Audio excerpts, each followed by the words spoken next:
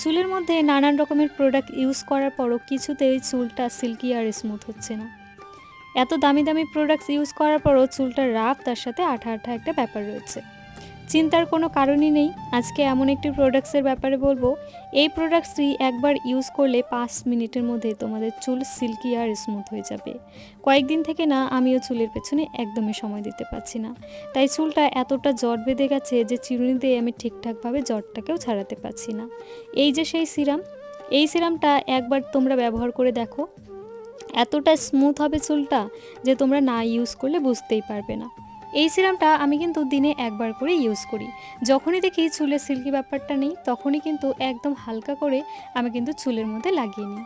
অনেকে ভাবে যে সিরাম মানেই তেল। এই সিরামটা তোমরা কিন্তু আবার চুলের গোড়ায় দিতে চেও না।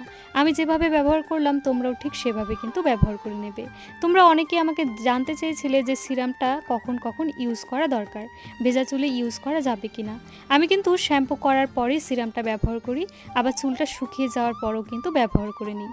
তোমরা যখন ইচ্ছে তখনই কিন্তু এই সিরামটা ব্যবহার করতে পারো। শুধু চুলের গোড়ায় কিন্তু এই সিরামটা তোমরা ব্যবহার করবে না। দেখতেই পাচ্ছ চুলের সিরামটা ব্যবহার করার পর চুলটা কতটা স্মুথ আর কতটা সিল্কি লাগছে। এখন কিন্তু চুলে এক ফোঁটাও আর জট নেই। আমাদের চুলের জটটা যত কম থাকবে ততই কিন্তু চুল পড়ার সমস্যাটাও কমে যাবে। অনেককেই আমি দেখি চুলে এত এত জট নিয়ে এমনভাবে চুলে চিরুনি করে যে চুলের গোড়া থেকে টান পড়ে চুল কিন্তু উঠে যায়। এভাবেও কিন্তু চুলের সমস্যাটা অনেক বেশি বেড়ে যায়। তাই সবার আগে আমাদের চুলটা সিল্কি রাখাটা কিন্তু প্রয়োজন। কথাই বলে না, মেয়েদের চুলের সৌন্দর্য, এটা কিন্তু একদম সত্যি কথা। তবে আমার ভালোবাসার মানুষটা থেকে আমি কোনো দিনও কিন্তু আজ পর্যন্ত আমার এই চুলের প্রশংসা আমি পেলাম না।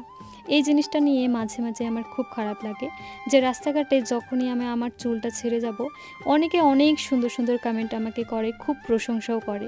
এই ব্যাপারগুলো না আমার বেশ ভালো লাগে। তবে কাছের প্রিয় মানুষটার থেকে যদি সুন্দর সুন্দর কমেন্টগুলো পাই না, তাহলে কিন্তু মনটা আরও অনেক বেশি ভালো লাগে।